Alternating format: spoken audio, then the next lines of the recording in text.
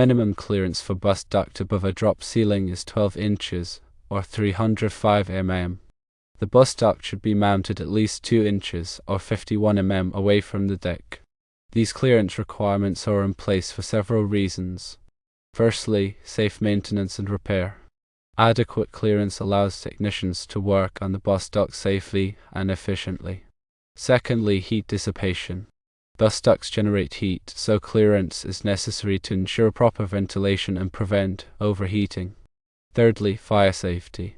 In the event of a fire, the clearance provides a buffer zone to reduce the risk of the deck or drop ceiling catching fire.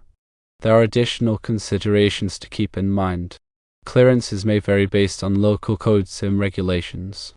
It is recommended to refer to the manufacturer's specifications and local codes for specific requirements. If the drop ceiling is supported by a metal grid system, the bus duct must be fastened to a solid support, such as the ceiling structure. Bus ducts should not be installed directly below ceiling fixtures or other sources of heat. Always ensure that all electrical work complies with the National Electrical Code and any applicable local amendments. Proper installation and maintenance are essential for the safe and reliable operation of bus duct systems. Consider the ampacity of the bus duct, which is the maximum current it can carry without exceeding its temperature rating. Consult NEC Table 310.15 for conductor ampacity based on insulation type and ambient temperature. Overloading a bus duct can lead to overheating and potentially cause a fire hazard. Pay attention to the voltage rating of the bus duct. It must be suitable for the system voltage. Common voltages are 208 volts, 240 volts, 277 volts, and 480 volts. Using a bus duct with an inadequate voltage rating can result in insulation breakdown and equipment failure. Grounding is a critical aspect of bus duct installation. The bus duct must be properly grounded to provide a low impedance path for fault current. This helps to protect personnel from electrical shock and minimizes the risk of equipment damage. Refer to NEC Article 250 for grounding requirements. Inspect the bus duct regularly for any signs of damage, such as cracks, corrosion, or loose connections. Promptly address any issues to prevent potential hazards. Proper torque is essential when making connections to the bus duct. Use a calibrated torque wrench to ensure that connections are tightened to the manufacturer's specifications. Under-tightened or over-tightened connections can lead to overheating and equipment failure. Be aware of the environmental conditions in which the bus duct is installed. If the environment is corrosive or subject to moisture, select a bus duct that is specifically designed for those conditions. Proper ventilation is crucial for preventing overheating of the bus duct. Ensure that the area around the bus duct is free from obstructions that could impede airflow. Consider using forced air cooling if necessary to maintain the bus duct within its temperature rating. When installing a bus duct, be mindful of its weight. Ensure that the supporting structure is adequate to handle the weight of the bus duct, especially when it is fully loaded with current. Use appropriate lifting equipment and rigging techniques to safely install the bus duct. Avoid bending or distorting the bus duct during installation. This can damage the insulation and reduce its current carrying capacity. If necessary, use specialized bending tools designed for bus duct. Before energizing the bus duct, perform a thorough inspection to ensure that all connections are properly made and that there are no potential hazards. Use a megameter to test the insulation resistance of the bus duct.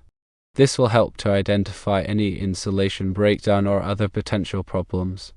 When working on or near energized bus duct, always use appropriate personal protective equipment, including safety glasses, gloves, and insulated tools. Follow lockout/tagout procedures to ensure that the bus duct is de-energized before performing any maintenance or repairs. Keep a detailed record of all bus duct installations, including the manufacturer's specifications, installation date, and any maintenance or repairs that have been performed. This information will be helpful for future maintenance and troubleshooting. Consider using a thermal imaging camera to periodically inspect the bus duct for hotspots. Hotspots can indicate loose connections, overloaded conductors, or other potential problems. Address any hotspots promptly to prevent equipment failure. If the bus duct is installed in an area that is subject to vibration, use vibration isolation mounts to minimize the transmission of vibration to the bus duct. Vibration can damage the insulation and reduce the lifespan of the bus duct. Be aware of the potential for electromagnetic interference from the bus duct. If necessary, use shielding or other mitigation techniques to minimize the impact of EMI on sensitive electronic equipment. When selecting a bus duct, consider its short circuit withstand rating. The short circuit withstand rating is the maximum amount of current that the bus duct can safely withstand during a short circuit event. Ensure that the short circuit withstand rating is adequate for the application. Use appropriate overcurrent protection devices, such as circuit breakers or fuses, to protect the bus duct from overloads and short circuits. The overcurrent protection devices should be sized according to the manufacturer's recommendations and the requirements of the NEC. Regularly inspect the overcurrent protection devices to ensure that they are functioning properly. Replace any damaged or defective overcurrent protection devices immediately. Consider using a surge protection device to protect the bus duct from voltage surges caused by lightning or other transient events. Voltage surges can damage the insulation and reduce the lifespan of the bus duct. Be aware of the potential for condensation to form on the bus duct, especially in humid environments. Condensation can lead to corrosion and insulation breakdown. Consider using a dehumidifier or other means to control humidity in the area around the bus duct. When cleaning the bus duct, use only approved cleaning agents and methods. Avoid using abrasive cleaners or solvents that could damage the insulation. Ensure that the bus duct is properly supported to prevent sagging or distortion. Sagging or distortion can damage the insulation and reduce its current carrying capacity. Use appropriate supports, such as hangers or clamps, spaced according to the manufacturer's recommendations. Be aware of the potential for rodents or other pests to damage the bus duct. Pests can chew on the insulation and create a fire hazard. Consider using pest control measures to protect the bus duct from pests. When disposing of old bus duct, follow all applicable environmental regulations. Bus duct may contain hazardous materials such as asbestos or PCB, which must be disposed of properly. Consult with a qualified environmental professional for guidance on proper disposal procedures.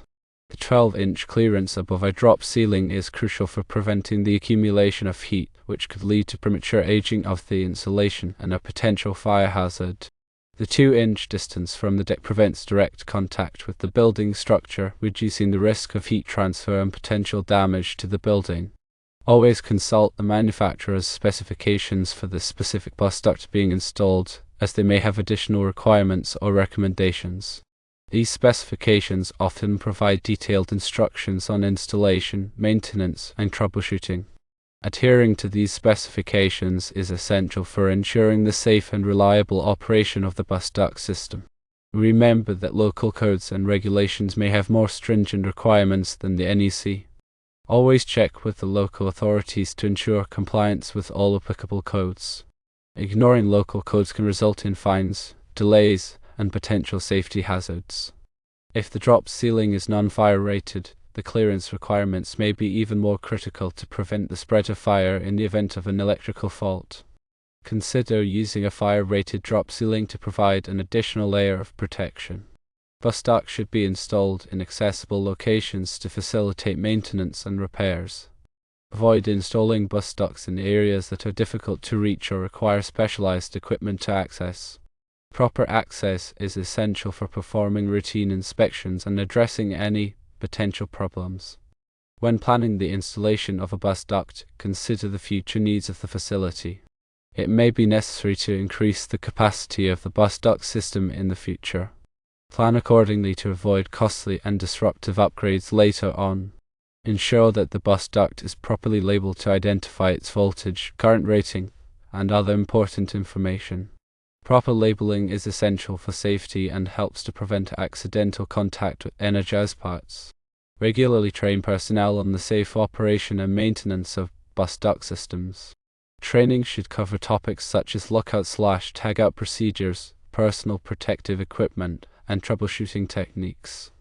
Properly trained personnel are more likely to identify and address potential problems before they lead to serious incident. Consider using a preventative maintenance program to ensure the long-term reliability of the bus duct system. A preventative maintenance program should include regular inspections, cleaning, and testing. By proactively addressing potential problems, you can minimize the risk of equipment failure and extend the lifespan of the bus duct system. Always document all maintenance and repairs performed on the bus duct system. This documentation should include the date of the work, the name of the person who performed the work, and a description of the work performed. Proper documentation is essential for tracking the history of the bus duct system and identifying any recurring problems. If you are unsure about any aspect of bus duct installation or maintenance, consult with a qualified electrical engineer or contractor. Attempting to perform work on a bus duct system without the proper knowledge and experience can be dangerous. Remember that safety is always the top priority when working with electrical equipment. Take the time to understand the risks involved and follow all safety precautions. By following these guidelines, you can ensure the safe and reliable operation of bus duct systems.